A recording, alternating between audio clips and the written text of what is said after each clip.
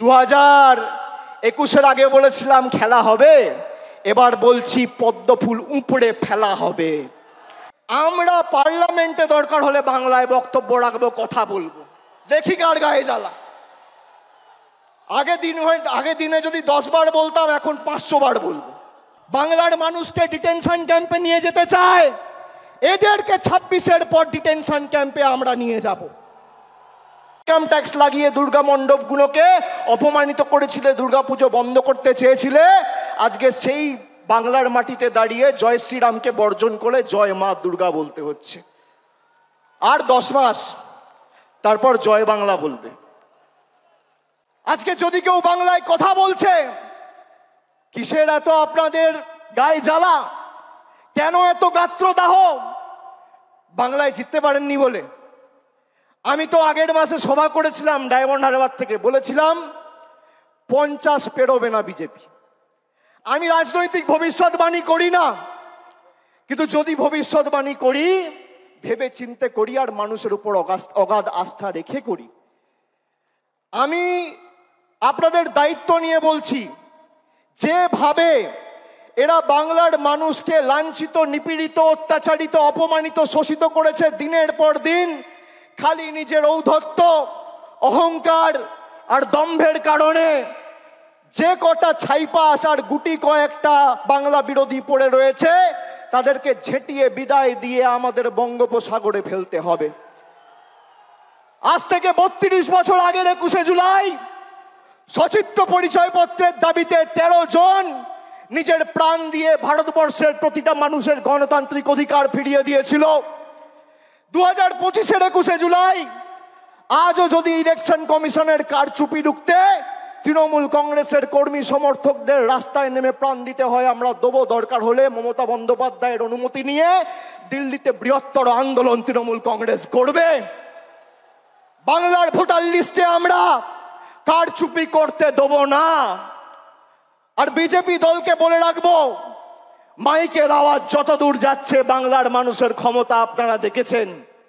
100 দিনের গরিব মানুষের টাকা আপনারা গায়ের জোরে বন্ধ করে রেখেছেন।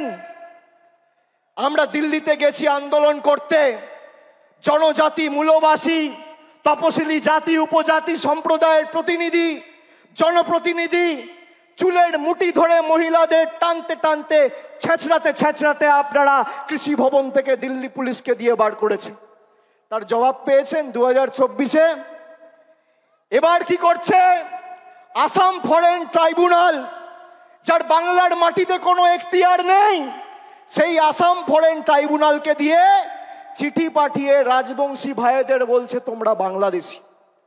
আমরা বাংলায় কথা বলি, আমাদের অপরাধ? 100 বার বাংলায় কথা বলবো।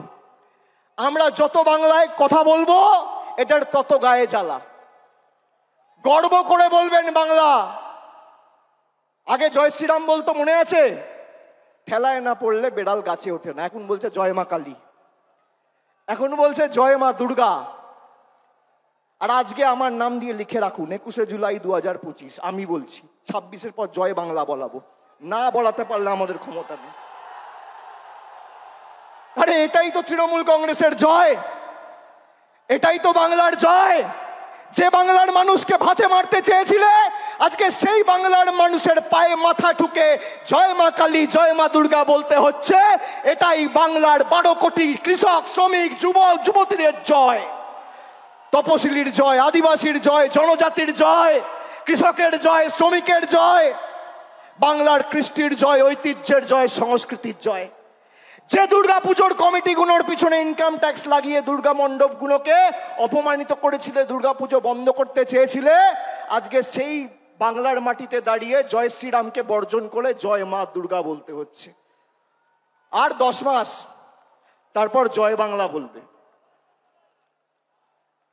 আপনারা সবাই ঐক্যবদ্ধ তো? আপনারা বলুন, যে বাংলা ভারতবর্ষকে স্বাধীনতা সংগ্রামে পথ দেখিয়েছে, নবজাগরণে পথ দেখিয়েছে, আমাদের কবি, সাহিত্যিক, কবিগুরু রবীন্দ্রনাথ ঠাকুর, বঙ্কিমচন্দ্র চট্টোপাধ্যায়, যারা ভারতবর্ষের আত্মাকে শব্দের মাধ্যমে, সাহিত্যের মাধ্যমে, কবিতার মাধ্যমে রূপ দিয়েছেন, যে বাংলার বিপ্লবীরা রাসবিহারী বসু থেকে শুরু করে বাঘা যতীন, ক্ষুদিরাম বসু, যারা শুধুমাত্র বাংলা নয় গোটা উপমহাদেশে আন্দোলনের প্রদীপ জ্বালিয়ে ভারতবর্ষের দৃষ্টান্ত স্থাপন করেছে, তারা যে ভাষায় কথা বলে সেই ভাষায় অপমান। 2021-এর আগে বলেছিলাম খেলা হবে, এবার বলছি পদ্মফুল উপড়ে ফেলা হবে, পদ্মফুল উপড়ে ফেলা হবে। যে কজন আবর্জনা রয়েছে শপথ নিন, নিজের বুথে ফেরত গিয়ে মানুষকে বলতে হবে যে আমাদের টাকা পয়সা, রাস্তাঘাটের, জলের, আবাসের টাকা আটকে রাখা শুধু নয়, বাঙালিকে মাছ খাওয়া নিয়ে খালি ব্যঙ্গ বিদ্রুপ করা নয়, বাংলায় কথা বললে বিজেপির নেতা আসামের মুখ্যমন্ত্রী বলছে বাংলাদেশি। আজকে বলুন প্রায় 15 দিন হয়েছে এই বিজেপির নেতারা দিল্লির দায়িত্বে, দেশের দায়িত্বে, যারা দলের দায়িত্বে রয়েছে, প্রধানমন্ত্রী থেকে শুরু করে স্বরাষ্ট্রমন্ত্রী, বিজেপির সর্বভারতীয় সভাপতি, কি ব্যবস্থায় হিমন্ত বিশ্ব শর্মার এগেনস্টে নিয়েছে। একজন নির্বাচিত মুখ্যমন্ত্রী তিনি পদে বসে বলছেন বাড়িতে বাংলায় কথা বললে বাংলাদেশি। গর্ব করে বলবো, আর আমি তো বলবো আমাদের এবার নিয়ম নেওয়া উচিত যে অন্তত পক্ষে এই সেশনে আমরা পার্লামেন্টে দরকার হলে বাংলায় বক্তব্য রাখবো, কথা বলবো, দেখি কার গায়ে জ্বালা। আগে দিনে যদি 10 বার বলতাম, এখন 500 বার বলবো। তোমাদের কথায় তৃণমূল কংগ্রেস আর বাংলার মানুষ উঠবে, বসবে। আমরা বাংলার সন্তান, গুজরাট উত্তরপ্রদেশের নয়। আমরা বশ্যতা স্বীকার করব না, আমরা মেরুদণ্ড বিক্রি করব না, আমরা আত্মসমর্পণ করব না। গলা কেটে দিলেও জয় বাংলা বেরোবে, তৃণমূল কংগ্রেস জিন্দাবাদ বেরোবে। কত ক্ষমতা আছে ভারতীয় জনতা পার্টির। একদিকে ইডিকে লাগিয়ে বিরোধী দলের নেতাদের স্তব্ধ করা, আর একদিকে ইলেকশন কমিশনকে লাগিয়ে মানুষের ভোটাধিকার কেড়ে নেওয়া। দুটো একটা ইডি আর একটা ইসি, একটা এনফোর্সমেন্ট ডিরেক্টরেট আর একটা ইলেকশন কমিশন। এই দুটো কে কাজে লাগিয়ে একদিকে বিরোধী নেতাদের জেলে ঢুকাচ্ছে, আর একদিকে বিরোধী দলের ভোটার বা ভারতবর্ষের নাগরিকদের ভোটাধিকার কেড়ে নিচ্ছে। আমি বলছি আপনাদের, কেউ চিন্তা করবেন না, আপনারা সবাই দেশের নাগরিক। দেশের নাগরিকের ছাড়পত্র দেশের প্রধানমন্ত্রী আর ইলেকশন কমিশন দেবেন না। এই মাটি আমার, এই মাটি আপনার। যে ভাষায় আপনি জন্মের পর কথা বলতে শিখেছেন, যে ভাষায় মা বলেছেন, যে ভাষায় বাবার সাথে কথা বলেছেন, যে ভাষায় আপনার প্রথম প্রেম ভালোবাসা, সেই ভাষাকে বিজেপি বৃদ্ধাঙ্গুষ্ঠ দেখিয়ে আমাদের অপমানিত করবে, আর আমরা বসে বসে সব মুখে কুলুপ বেঁধে বসে থাকবো। আপনারা মূর্খের স্বর্গে বাস করছেন। তবে আমরা বৈষম্যের রাজনীতিতে বিশ্বাস করি না। আমাদের এখানে যারা অবাঙালিরা আছে, আমরা নানা ভাষা, নানা মত, নানা পরিধান, বিবিধের মাঝে দেখো মিলন মহান, এই মন্ত্রে বিশ্বাস করি।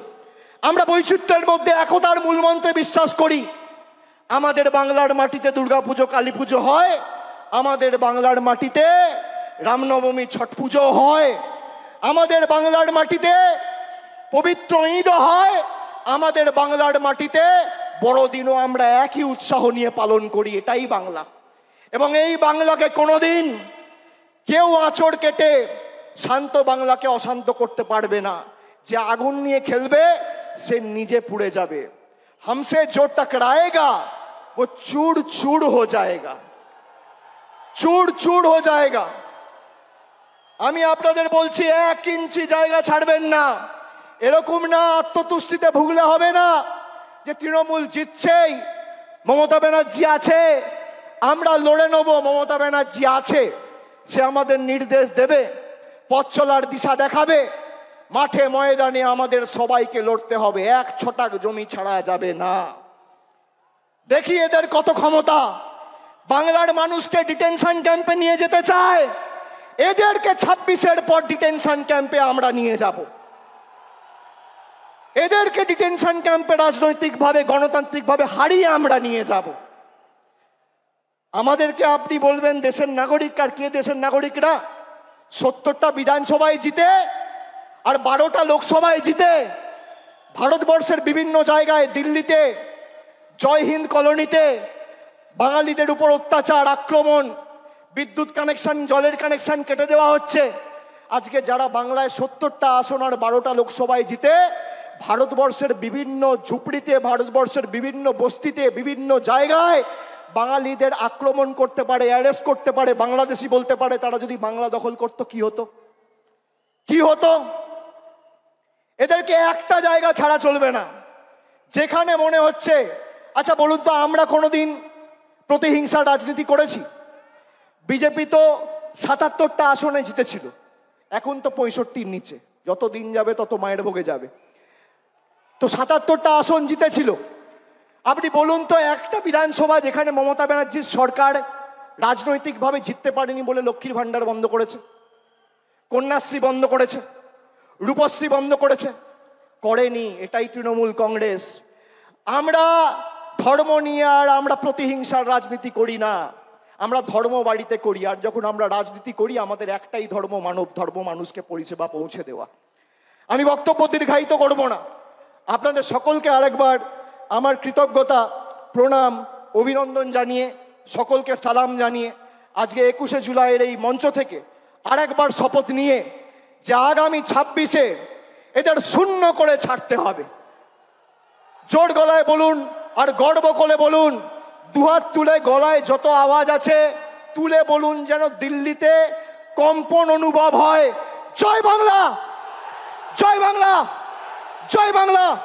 আমাদের ভিডিও ভালো লাগলে লাইক এবং শেয়ার করুন। কমেন্ট সেকশনে গিয়ে জানান আপনাদের মতামত। আরও ভিডিও পেতে আমাদের চ্যানেল সাবস্ক্রাইব করুন এবং প্রতি মুহূর্তে খবরের আপডেট পেতে প্রেস করুন বেল আইকন।